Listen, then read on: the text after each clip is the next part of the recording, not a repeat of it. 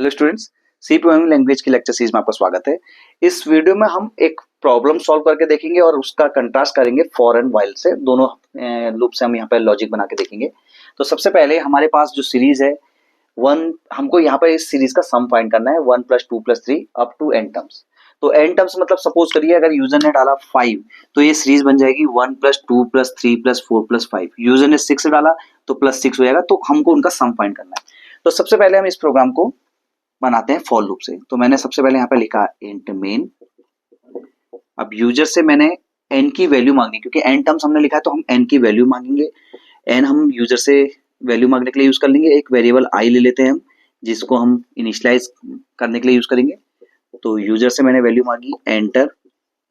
Range में word use कर सकता हूँ यहाँ पे, और उसको स्कैन कर लिया मैंने %d %n। अब देखिए यहाँ पर मैंने आपको 3 चीजें बताई थी। इनिशियलाइजेशन, आपका कंडीशन हो गई, कंडीशन या आप इसको बोल सकते हैं या फाइनल वैल्यू बोल सकते हैं। तो हम कंडीशन ले लेते हैं यहाँ पे, और तीसरा हो गया अपडेट। ठीक है, तो ICU इनिशियलाइजेशन यहाँ पर, और यहाँ पर आपकी कंडीशन, और तीसरा हो गया अपडेट। अपडेट में आपका इंक्रीमेंट डिक्रीमेंट आ गया। तो यहाँ पर सबसे पहले जब हम फॉर लूप से कर रहे हैं तो फॉर लूप तो बहुत इजी है, मैंने आपको बताया था। इसमें हम तीनों चीजें एक ही यहाँ पर एक ही लाइन में हम डिफाइन कर देंगे, ये तीनों चीजें। तो हमने i की इनिशियल वैल्यू 1 ले ली, फिर सेमी कॉलन i <= हमें देखिए n टर्म्स तक जाना है। तो अगर 5 है तो फिफ्थ टर्म हमारी देखा जाए तो 5 होगी, तो हम i <= यहाँ पे n लिख सकते हैं। और 1 से 2, 2 से 3 एक एक का इंक्रीमेंट, तो i++ हम यहाँ पे लिख सकते हैं। i = i+1 लिखना चाहें आप वो लिख सकते हैं, या फिर i++। तो यहाँ पर अब मुझे क्या करना है, हर बार प्रीवियस जो नंबर आएगा 1, फिर जब 1 ऐड हमारा आ गया, फिर 1 में 2 ऐड करना है, फिर यहाँ पर 3 हो जाएगा तो 3 में 3 ऐड करना है, फिर 3 4 5 6 में 4 ऐड करना है। इस तरह से हमें चलना है। तो यहाँ पर एक वेरिएबल और ले लेता हूं मैं, सम। ठीक है, अब यहाँ पर हमने लिखा सम = सम प्लस, देखिए हमारी 1 by 1 वैल्यू किस में आ रही है, i में, i वेरिएबल में आ रही है। तो मैंने लिख दिया सम = सम प्लस i। तो पहली बार i में 1 आएगी तो ये बन जाएगा सम = सम प्लस 1। फिर अगली बार 2 आएगी तो 2 3 4 ऐसे करके जो i की वैल्यू चेंज होती जाएगी वो यहाँ पे अपडेट होती जाएगी। अब देखिए फर्स्ट टाइम में अगर ये लूप चलेगा जब, तो यहाँ पर जो सम वेरिएबल है इसकी कोई भी वैल्यू हमने इनिशियलाइज नहीं की है। तो जब भी हम किसी वेरिएबल को अनइनिशियलाइज छोड़ते हैं तो उसमें होता है गार्बेज। तो यहाँ पर ये ज्यादा सही रहेगा कि आपको यहाँ पर इसको 0 यूज करना है। इसका अगर सीधा सा एक रूल बताऊं, किसी भी वेरिएबल को अगर आप राइट हैंड साइड में यूज कर रहे हैं बिना इनिशियलाइज किए, देखिए हमने ना यूजर से ना वैल्यू मांगी है सम की, ना कहीं से खुद से स्टोर किया है, तो किसी भी वेरिएबल को अगर आप राइट हैंड साइड में बिना इनिशियलाइज किए यूज कर रहे हैं तो अच्छा होगा आप उसकी वैल्यू इनिशियलाइज कर दें। अब ये ऐसा नहीं है कि आपको 0 ही करना है। अगर आप कहीं पर मल्टीप्लाई के साथ यूज कर रहे हैं तो आपको हो सकता है 1 भी उसको इनिशियलाइज करना पड़े। तो डिफॉल्ट वैल्यू कुछ ना कुछ आपको उसकी देनी पड़ेगी। वो डिपेंड करेगा क्या देनी है, वो वैल्यू उस पर लॉजिक पर डिपेंड करेगा। तो सम = सम प्लस i। फिर उसके बाद मैंने लूप से बाहर आने के बाद सम की वैल्यू को प्रिंट कराना है। तो यहाँ पे मैंने सम की वैल्यू को प्रिंट करा दिया और रिटर्न 0 मैंने ले दिया। तो ये मेरा फॉर लूप से प्रोग्राम बन गया। कैसे काम कर रहा है देख लेते हैं। मान लीजिए यूजर ने डाला इनकी वैल्यू 5, तो कैसे लूप चलेगा, i = 1 हुआ तो 1 <= 5 कंडीशन ट्रू, अंदर आएगा। सम की इनिशियल वैल्यू 0, 0 + 1। तो सम एक वेरिएबल कहीं पर आप ले लीजिए। अब सम की इनिशियल वैल्यू थी 0, तो जब हमने लिखा सम = सम प्लस i, तो 0 प्लस करंट वैल्यू आई की 1, i की वैल्यू के लिए एक लूप लगा, यहाँ पे एक वेरिएबल ले लेता हूँ। तो अब सम 0 + 1 यानी कि 0 + 1 सम में अपडेट हो गया, तो यहाँ पे 1 स्टोर हो गया। अब i की वैल्यू यहाँ से वापस गया अपडेट वाले पार्ट में, तो i की वैल्यू अब इंक्रीमेंट हो गई।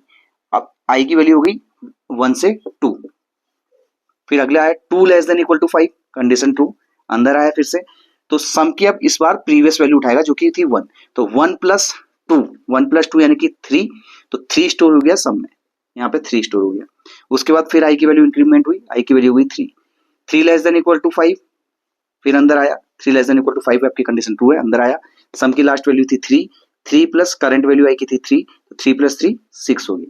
तो 6 होने के बाद फिर वापस इंक्रीमेंट हुई आई की वैल्यू हो गई 4, 4 <= 5 कंडीशन ट्रू, अंदर आया।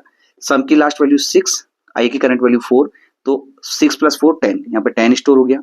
देखिए इस तरह से आप अगर करेंगे तो आपको एक वर्किंग पता चल रही है, साथ में आप एक बार चेक भी कर पा रहे हैं। ड्राई रन प्रोसेस मैंने आपको बताया था इससे वाले पहले वाले वीडियो में, तो ड्राई रन प्रोसेस इसको बोलते हैं। तो यहाँ पर हमारा अब आगे को हम बढ़ते हैं, तो 10 हो गया, ये सम की वैल्यू हमारी 10 अपडेट हो चुकी है।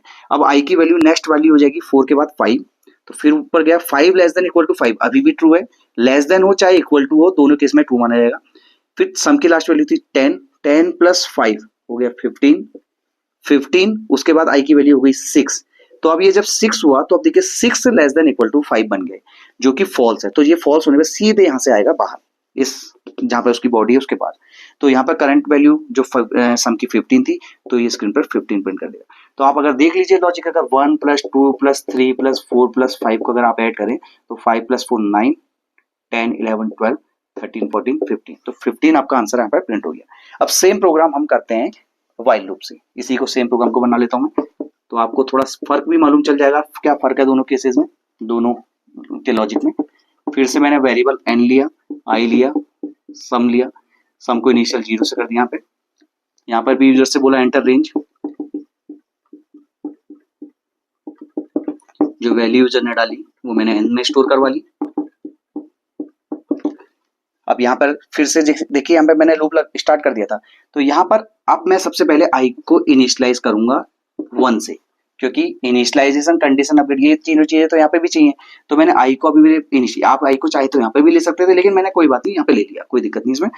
अब इसके बाद मैंने कंडीशन लिख दी while i less than equal to n, condition आपकी सेम रहेगी क्योंकि यहाँ पर भी हमें वही लॉजिक सेम चेक करना है। और इसके अंदर मैंने लिख दिया sum equal to sum plus i, sum को आपने इनिशियलाइज 0 से कर ही लिया है। अब यहाँ पर आपने लिख दिया आई प्लस प्लस, क्योंकि देखिए इंक्रीमेंट करना जरूरी है, अदरवाइज इंक्रीमेंट नहीं करेंगे तो सिमिलर वैल्यू को बार बार चेक करते रहेगा, वो हमेशा उसको ट्रू बोलता रहेगा। तो जब ये लूप आपका लॉजिक यहाँ पर 5 लेस देन 5 के लिए भी सही चलेगा, 6 लेस देन 5 आ जाएगा तो ये फॉल्स हो जाएगा। तो बाहर आने के बाद मैंने सम की वैल्यू को प्रिंट करा दिया। तो इसको भी आप ड्राई रन करके देखेंगे, आपका सेम आंसर यहाँ पे आएगा। कैसे काम कर रहा है, 1 less than equal to 5, n की वैल्यू मान लीजिए यूजर ने 5 डाली थी, तो 1 लेस देन इक्वल टू 5, तो सबसे पहले सम की वैल्यू इनिशियल वैल्यू 0 थी, तो 0 प्लस 1 स्टोर होगा। तो सिमिलर कोड यहाँ पे भी ये वैसे ही वर्क करेगा। फाइनली जब आपका लूप से बाहर आ जाएगा, सम की वैल्यू को प्रिंट करेगा। तो सिमिलर प्रॉब्लम को आप डू व्हाइल से भी प्रैक्टिस के लिए सॉल्व करके देख सकते हैं। तो यहाँ पर हमने एक सीरीज का सम फाइंड करके देखा फॉर एंड व्हाइल लूप के थ्रू। Thank you.